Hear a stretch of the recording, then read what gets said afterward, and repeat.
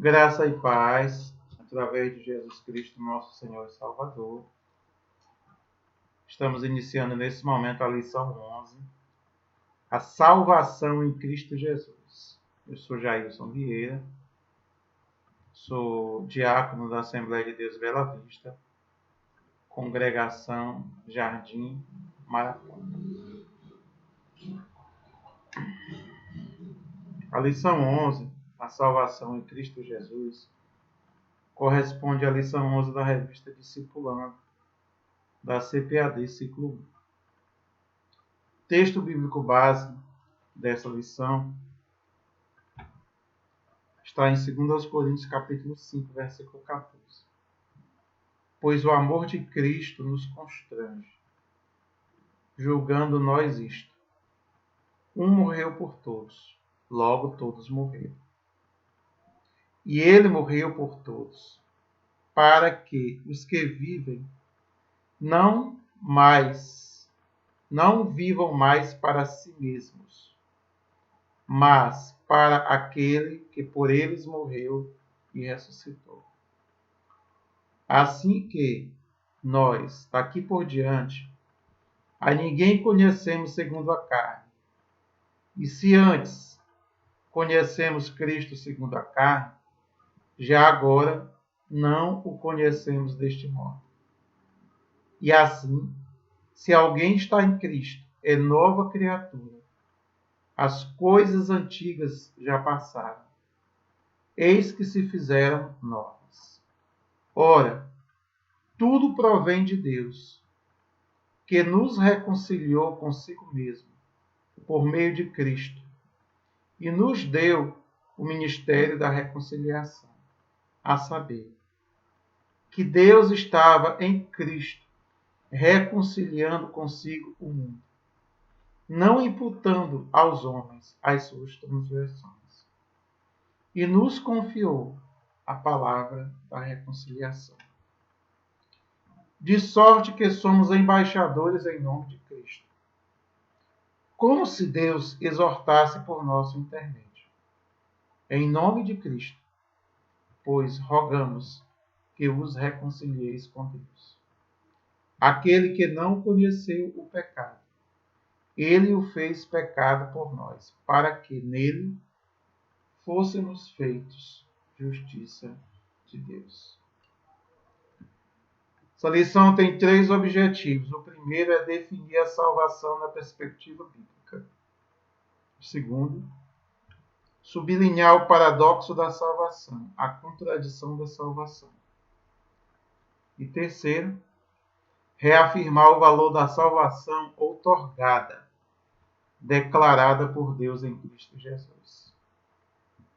A salvação em Cristo Jesus. Nós desenvolveremos esta lição a partir de 3 tópicos. O primeiro tópico é a salvação na perspectiva das Escrituras.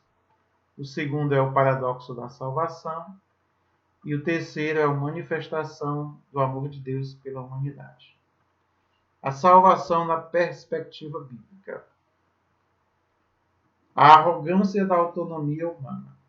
O Criador esperava das suas criaturas ao dotá-las de vontade própria, responsabilidade na tomada de decisões. Deus esperava sensatez ao invés de arrogância, lucidez ao invés de delírio, gratidão ao invés de rebeldia. Qual foi o resultado da degeneração e subsequente embrutecimento humano? O resultado da arrogância da autonomia humana se encontra em 2 passagens. A primeira está no Antigo Testamento, no livro de Gênesis, capítulo 6, versículos 11 e 12. A terra estava corrompida à vista de Deus e cheia de violência. Viu Deus a terra, e eis que estava corrompida, porque todo ser vivente havia corrompido o seu caminho na terra. O outro resultado se encontra na carta de Paulo aos Romanos, capítulo 1, versículos do 28 ao 31. E por haverem desprezado o conhecimento de Deus, o próprio Deus os entregou a uma disposição mental reprovável para praticarem as coisas inconvenientes, cheios de toda injustiça, malícia, avareza e maldade, possuídos de inveja, homicídio, contenda, dolo e malignidade, sendo difamadores, caluniadores, aborrecidos de Deus, insolentes, soberbos, presunçosos, inventores de males, desobedientes aos pais, insensatos, pérfidos, sem afeição natural e sem misericórdia. Esses dois livros de Gênesis e de Romanos, e a carta aos Romanos, eles nos apresentam qual foi o resultado da degeneração humana, né? O homem se perverteu e passou a praticar as coisas mais abomináveis possíveis, afastado da presença de Deus. Porém, na autonomia humana, o homem acredita que é capaz de viver sem Deus. O Salmo 10, versículo do 3 ao 6, está escrito: Pois o perverso se gloria da cobiça de sua alma. O avarento maldiz o Senhor e blasfema contra ele. O perverso, na sua soberba, não investiga. Que não há Deus são todas as suas cogitações. São prósperos os seus caminhos em todo o tempo. Muito acima e longe dele estão os teus juízos. Quanto aos seus adversários, ele a todos ridiculiza, pois diz lá no seu íntimo: jamais serei abalado. De geração em geração, nenhum mal me sobrevirá. Então a gente percebe que o homem que vive na arrogância de seus pensamentos, acreditando que é autônomo, em consequência, ele vive afastado de Deus, vive nos seus próprios desejos e nos seus próprios pensamentos. Mal sabe este homem, pecador, que a vida à parte de Deus significa escravidão. A vida, ela só tem sentido e só é completa quando ela está ligada a Deus.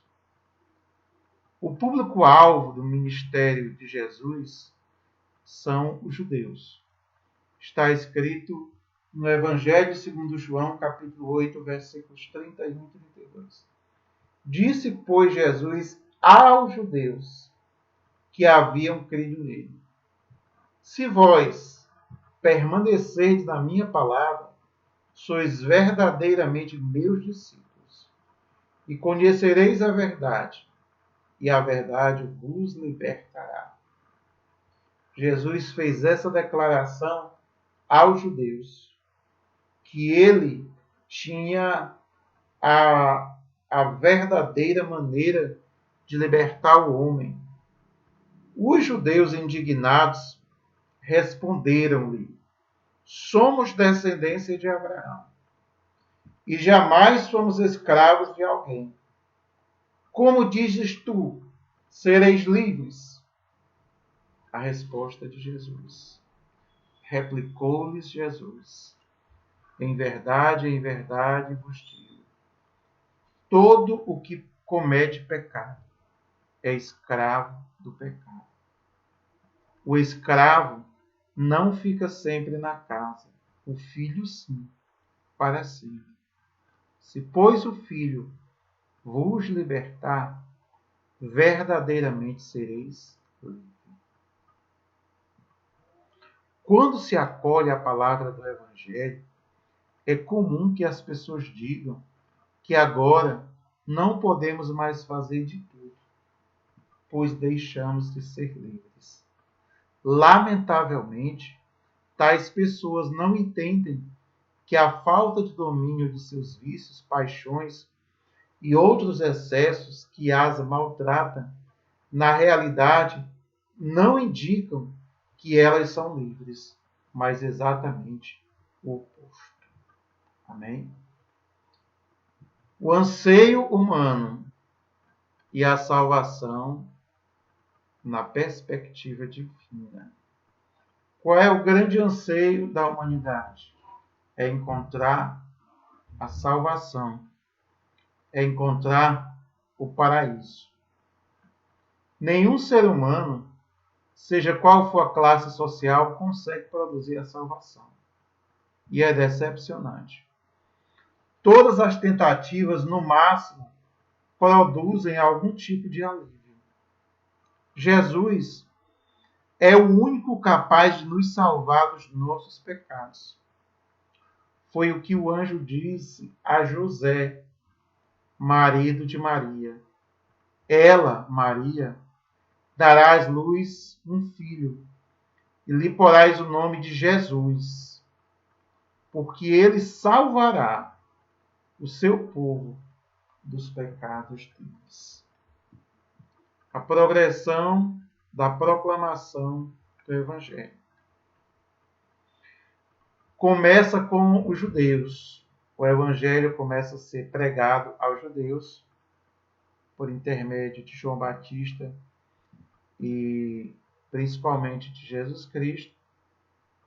Depois espalha-se por todo o mundo. Em Atos capítulo 4, versículos 11 e 12, Pedro declara: este Jesus é pedra rejeitada por vós, os construtores. Ele está falando dos judeus. A qual se tornou a pedra angular. E não há salvação em nenhum outro, porque abaixo do céu não existe nenhum outro nome dado entre os homens, pelo qual importa que sejamos salvos. No livro de Atos, capítulo 5, versículo 31, está escrito: Deus, porém, com a sua destra, o exaltou a príncipe e salvador, a fim de conceder a Israel o arrependimento e a remissão dos pecados. Finalmente, no livro de Atos, capítulo 13, versículos 22 e 23, está escrito: e tendo tirado a este, levantou-lhes o rei Davi, do qual também, dando testemunho, disse: achei Davi, filho de Jessé, homem segundo o coração de Deus, que fará toda a minha vontade. Da descendência deste, conforme a promessa, Deus trouxe a Israel o Salvador, que é Jesus. Em Atos 13, versículos 38 e 39, está escrito: tomai, pois, irmãos, conhecimento de que se vos anuncia remissão de pecados por intermédio deste, de Jesus Cristo. E por meio dele, Jesus, todo o que crê é justificado de todas as coisas, das quais vós não pudestes ser justificados pela lei de Moisés. O ser humano acredita que pode viver à parte de Deus. Mas Jesus declara que todo homem que comete pecado torna-se escravo do pecado. Somente Jesus pode nos tornar verdadeiramente livres. Esta liberdade começou a ser pregada aos judeus, depois aos gentios. Assim, a salvação está sendo proclamada a todos os povos. Salvação na perspectiva bíblica e, portanto, divina, não é outra coisa senão a libertação da humanidade, da escravidão, do pecado. E nós damos glórias a Deus por isso, porque nós éramos e nós somos incapazes de salvar-nos a nós próprios. E Deus concedeu-nos a salvação por intermédio de Jesus Cristo, nos libertando dos nossos pecados. Ponto 2, nós vamos falar do paradoxo da salvação. Paradoxo é a contradição. A oferta divina diante do livre-arbítrio da humanidade. O homem sem Deus busca suas próprias forças, uma maneira melhor de viver, sem, contudo, acreditar que precisa da orientação divina. Jesus ilustrou no Evangelho segundo Lucas, capítulo 12, versículo do 19 ao 21, a insensatez do homem que pensa desse jeito. Na ilustração está escrito: então direi à minha alma, tens em depósito muitos bens para muitos anos. Descansa, come, bebe e regala-te. Mas Deus lhe disse: louco, esta noite te pedirão a tua alma. E o que tens preparado, para quem será? Assim é o que entesoura para si mesmo, e não é rico para o Deus. Enquanto o homem, por seu livre arbítrio, procura alcançar uma felicidade por intermédio de bens terrenos, Deus enfatiza que a verdadeira riqueza, ela não vem de coisas materiais. O homem só retornará ao paraíso por intermédio do Evangelho. É o que está escrito no Evangelho segundo Marcos, capítulo 1, versículo 15, dizendo: o tempo está próximo e o reino de Deus está próximo. Arrependei-vos e crede no Evangelho. É necessário que o homem compreenda sua corrupção e volte para Cristo. Está escrito na primeira carta de Paulo a Timóteo, capítulo 1, versículo 15. Fiel é a palavra e digna de toda aceitação que Cristo Jesus veio ao mundo para salvar quem? Os pecadores. E Paulo diz, dos quais eu sou o principal.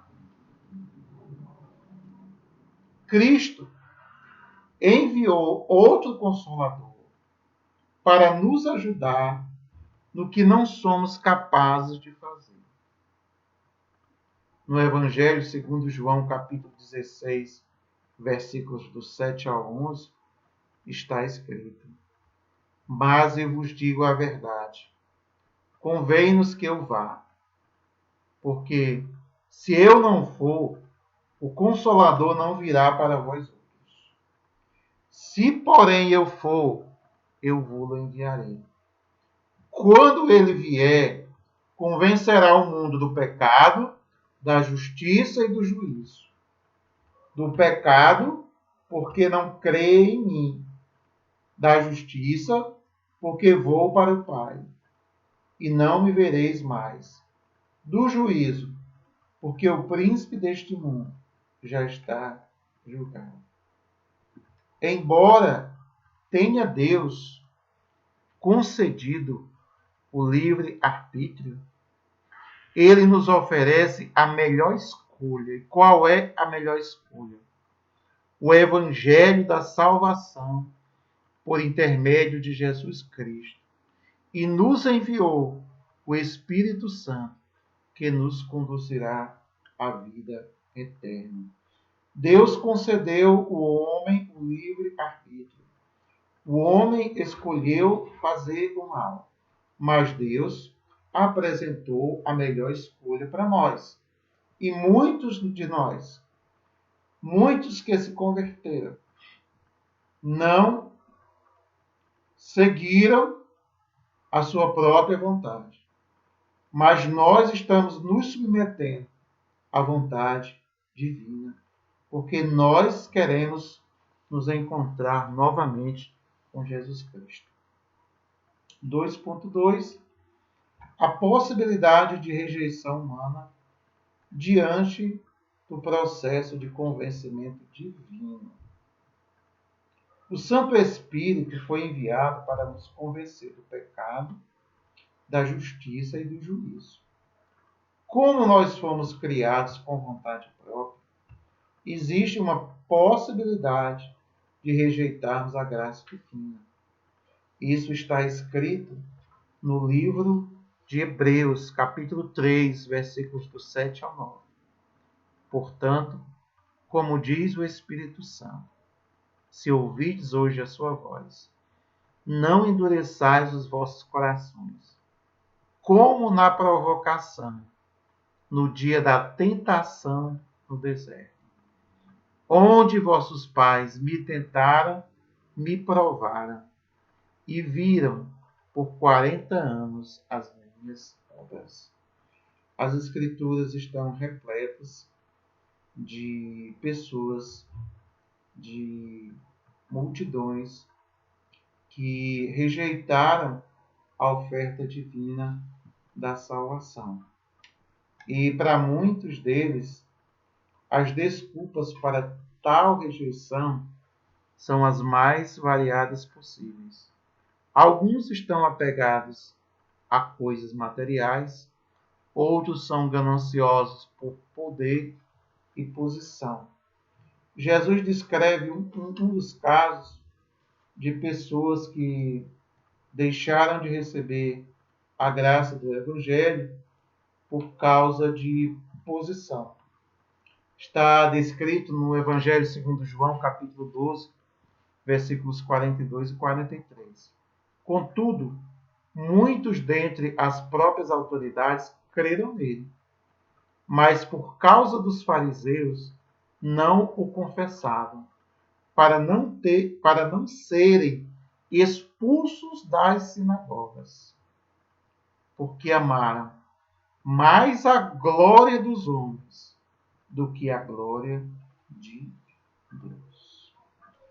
Então, esse daqui foi um dos casos de muitas pessoas das autoridades judaicas que não creram em Jesus, não confessaram o seu nome, porque eles não queriam ser expulsos da sinagoga. 2.3 O caráter paradoxal da salvação na perspectiva divina. Paradoxo é contraditório. Aos ouvidos modernos, soa contraditório e paradoxal a afirmação que está escrita no Evangelho segundo Mateus, capítulo 16, versículo 25. Porque aquele que quiser salvar a sua vida, perdê-la-á. E quem perder a sua vida por amor de mim, achá-la-á. Jesus está falando da morte do eu produzido pela sociedade degenerada. A conversão faz uma transformação radical e completa no ser humano. A pretensão humana passa a ser instruída e direcionada pelo Espírito Santo de Deus, onde cada um pode encontrar-se com o seu verdadeiro e mais profundo eu, o qual fora deformado pelo pecado. Então, quando nós compreendemos a salvação, nós perdemos a nossa vida degenerada. E ao perdermos esta vida, e ao nos convertermos a Cristo, ele produz em nós uma transformação radical e completa. Então, o nosso interior começa a ser mudado. Nós perdemos a vida pecaminosa, a vida mundana, mas nós encontramos a nova vida em Cristo Jesus. E esta nova vida em Cristo Jesus, ela é mais completa, ela é mais perfeita. Graças a Deus. Finalmente, nós vamos ver como Deus manifestou o seu amor pela humanidade. Nós já vimos o tópico a salvação na perspectiva bíblica, que significa a libertação do pecado, da escravidão do pecado. Nós entendemos a declaração de Jesus que nós morremos para o mundo por amor de Cristo e nós recebemos uma nova vida, uma vida eterna na presença de Cristo. Finalmente, nós vamos falar de que maneira o amor de Deus se manifesta pela humanidade. A primeira coisa que nós vamos entender é a salvação em sentido pleno. No Evangelho segundo João, capítulo 17, versículo 3, Jesus declara: "E a vida eterna é esta, que te conheçam a ti, o único Deus verdadeiro, e a Jesus Cristo, a quem enviaste." A salvação, ela tem três termos. A salvação, ela na palavra de Deus, é descrita como um processo. No passado, nós fomos salvos da condenação do pecado no dia que você confessou a Cristo. No presente, nós somos salvos do poder do pecado, porque o Espírito Santo nos concede poder para nós termos autodomínio para vencer o pecado. E no futuro, na glorificação, nós seremos salvos da presença do pecado. As doutrinas da salvação é a justificação que acontece no dia que você confessa a Cristo. Naquele dia, nós fomos salvos da condenação do pecado. A santificação começa no dia da conversão e vai terminar no último dia da nossa vida. Na santificação, nós somos salvos do poder do pecado. E a santificação se completará na glorificação. Quando o nosso corpo for transformado, nós seremos salvos da presença do pecado. Então, na glorificação, não vai existir em nós nenhum traço, nenhum vestígio do pecado, que hoje ainda convive conosco. E a pergunta é: mas haverá uma vida eterna no sentido literal da palavra? Sim, haverá. Mas esta só será desfrutada pelos que agora já creem em Jesus e acolhem o seu evangelho. Então, nós temos uma perspectiva de vida eterna no futuro. Essa perspectiva de vida é a vida completa, é a vida no seu mais alto patamar. E quem crê hoje, quem acolhe o Evangelho, já se considera desfrutando dessa vida. A revista da CPAD diz que estes, os que receberam o Evangelho, já podem contar com a alegria de terem os seus nomes escritos no céu. Glória a Deus. Aleluia. Como foi que Deus demonstrou o seu amor pela humanidade? Deus estava em Cristo reconciliando o mundo. O Pai, por intermédio do Filho Jesus Cristo, sua morte na cruz do Calvário, está reconciliando o mundo. Quando o homem pecou, o pecado ele atingiu vários aspectos da vida. Nós já vimos a relação entre o homem e a mulher, a relação entre o homem e a natureza, a relação entre o homem e Deus. Todos esses aspectos eles foram atingidos. Houve uma desarmonia, um desequilíbrio. Mas na segunda carta de Paulo aos Coríntios, capítulo 5, versículos 18 e 19, Paulo declara: e tudo isto provém de Deus, que nos reconciliou consigo mesmo por Jesus Cristo, e nos deu o ministério da reconciliação. Isto é, Deus estava em Cristo, reconciliando consigo o mundo, não lhes imputando os seus pecados, e pôs em nós a palavra da reconciliação. Depois de nós termos sido reconciliados, nós estamos fazendo parte da nova sociedade iniciada por Cristo. Está escrito na carta de Paulo aos Efésios, capítulo 1, versículo 10. De tornar o desejo de Deus, o plano de Deus, o desígnio de Deus, de tornar a congregar em Cristo todas as coisas na dispensação da plenitude dos tempos, tanto as que estão nos céus como as que estão na terra. Deus nos amou, nos concedeu a vida eterna, nós já temos a esperança, a perspectiva, o nosso nome já está escrito no livro da vida, e então Deus concedeu-nos a palavra da reconciliação. Segunda carta de Paulo aos Coríntios, capítulo 5, versículos 18 ao 21.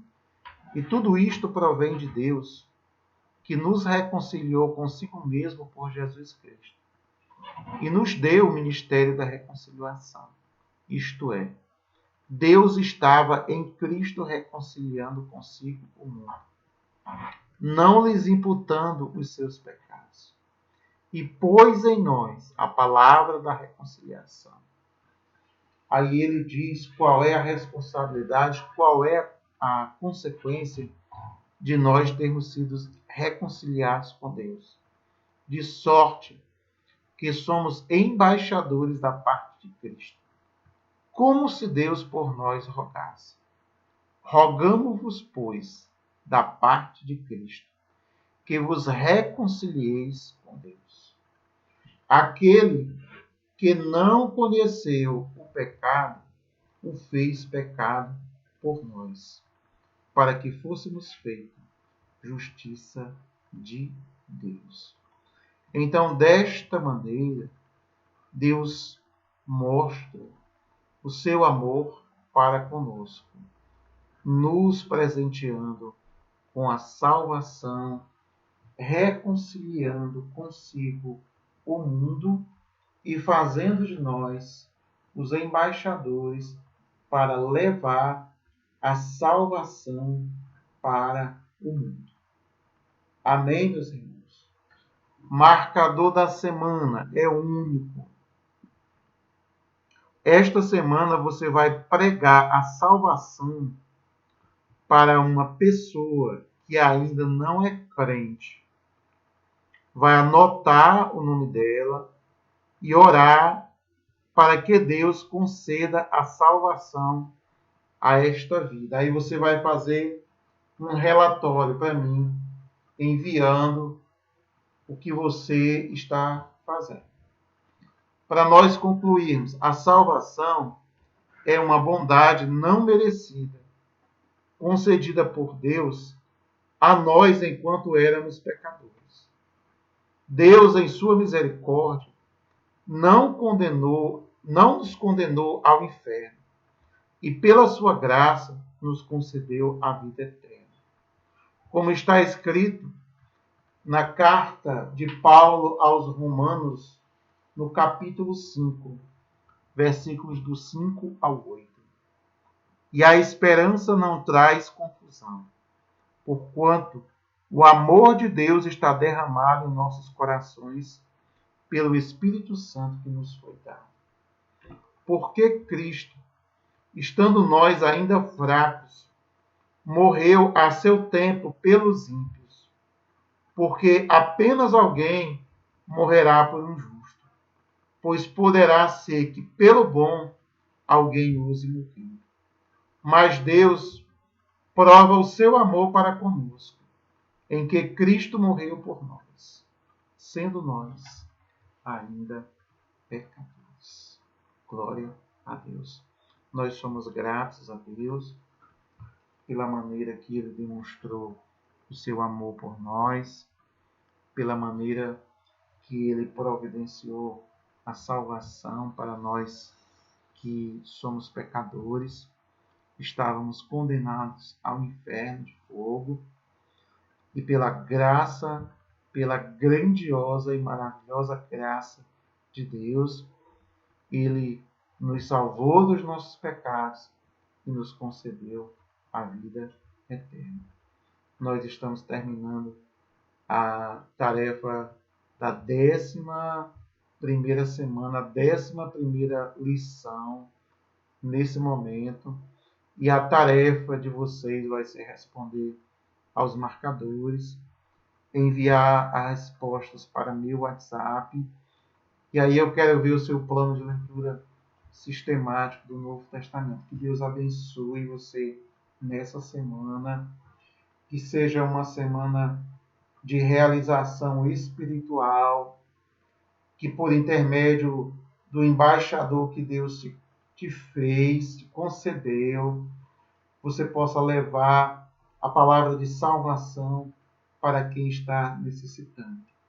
Nós te abençoamos no nome santo de Jesus. Amém.